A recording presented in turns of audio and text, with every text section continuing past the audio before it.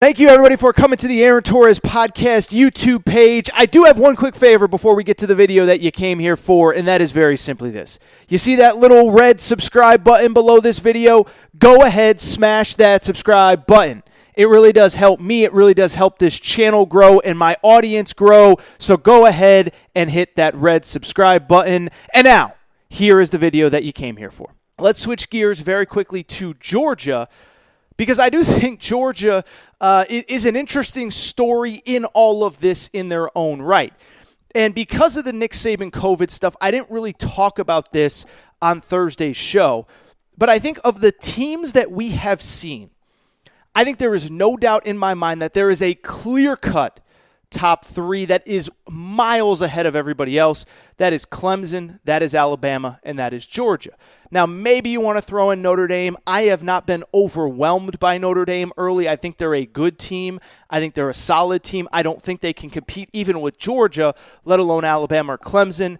Again, maybe Ohio State gets into that mix. Maybe Penn State gets into that mix. But when I look at things in the big picture, I do think Georgia's closer to the Alabama Clemson tier than they are even to Florida, Penn State, Michigan, those type teams.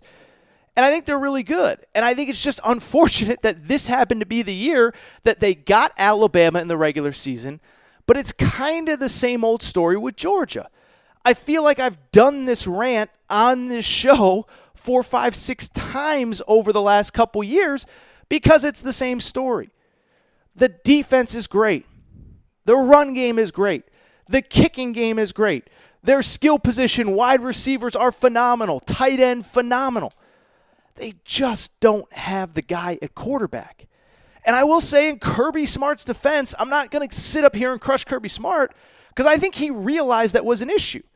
He fired his old offensive coordinator. He brought in a new offensive coordinator, and they took not one but 2 quarterback transfers over the course of this offseason. They took Jamie Newman, who transferred from Wake Forest. They took JT Daniels, who transferred from USC. Just one problem. Jamie Newman opted out of the season. JT Daniels wasn't able to practice during the fall or not at full speed because he was coming off a knee surgery and an injury. Maybe we'll see him in the coming weeks. The kid DeJuan Mathis, who was projected to be the starter in their place, is a dual threat guy who just wasn't ready. Any Arkansas fan listening saw him in week 1. He wasn't very good. No disrespect. That's just the reality. And so you're stuck with Stetson Bennett. And Stetson Bennett is a great story, by the way. Former walk-on, goes to JUCO, goes back to Georgia, gets a scholarship, earns his spot on the team. But there is a reason that he was a walk-on in the first place, and that's not a knock. That is just a reality. Finishes the game 18 of 40, 2 touchdowns, 3 interceptions. I had a friend who was at the game reference the batted balls, the balls batted down at the line of scrimmage. It's just clear that he has never seen anything close to the size and speed and athleticism of Alabama. I would argue to the Tennessee fans that are listening, you know this. I think Kirby Smart largely tried to hide him against Tennessee 2 weeks ago, in a game in which Tennessee had a couple 4th down stops, had a couple big plays that eventually, when Jarrett Guarantano went full Jarrett Guarantano, it ended up costing Tennessee in a game that was a lot closer than the final score would indicate. And so when I look at Georgia, I don't really blame Kirby Smart because he tried to fix this issue, but the issue remains the same, and that is that they are national championship caliber everywhere other than the quarterback position. And so when I look at this in the bigger picture, I don't think they're going to beat Alabama in an SEC championship game. I think somehow if they get to a playoff, I don't think they can beat Clemson. I don't think they can beat Ohio State. And so they're kind of stuck in this purgatory where they're really, really, really, really good, but they just can't get over the top to that elite status. And it's not just this year, by the way. Remember last year, SEC championship game against Joe Burrow. 37-10 final score against LSU. So it's happened before. Obviously, there were the 2 losses in the 2018 National Championship game and then the following season's SEC title game. And so we're starting to see a trend here, and it's the quarterback play, and it was an issue with Jake Fromm. Now it's an issue with Stetson Bennett. And I'll be honest, I think it's worth having the conversation. Has Georgia already missed their best window to win a national championship under Kirby Smart? I don't know if I believe it. I'm not positive. I think there's an argument to be made on both sides. But if you want to argue that, I could certainly see it. One, Florida is as good as they've been in years, maybe since Urban Meyer has been. They're certainly better than they were when Kirby Smart got there. Kentucky recruiting at a higher level. Tennessee recruiting at a higher level. Not saying those teams are Georgia because they are not, to be abundantly clear. But those games aren't as easy. But most importantly, doesn't it feel like the gap with Bama is getting wider, not smaller? Because, I mean, think about it. 2 years ago in the national championship game, they were up double digits at halftime. Even when Tua comes in, even when he brings them back, the game still went to overtime, and it still took a 2nd and 26 conversion from Tua to seal the victory. The year after, up 14 in the SEC championship game. Again, they blow it.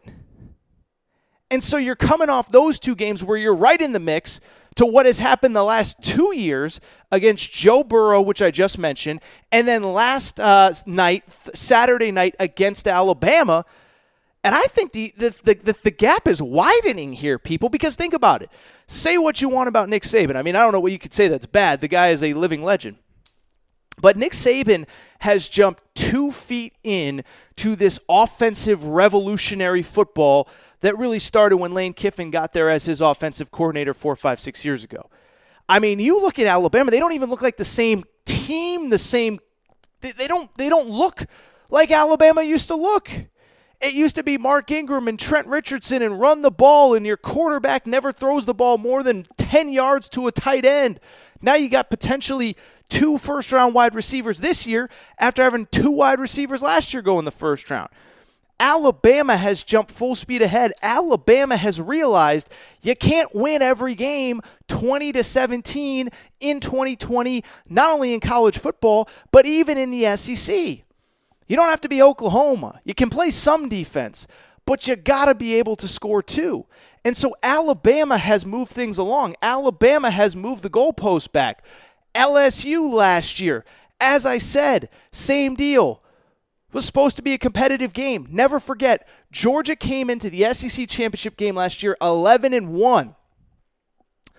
And Joe Burrow, 37-10 final score. LSU runs them out of the building in their own home state. And so when I look at Georgia, when I look at Kirby Smart, I don't know what the answer is. Because we've watched this stuff enough to just know that when you go up against a great offense, you can have the best defense in the world, the best coaching staff in the world, the best skill in the world.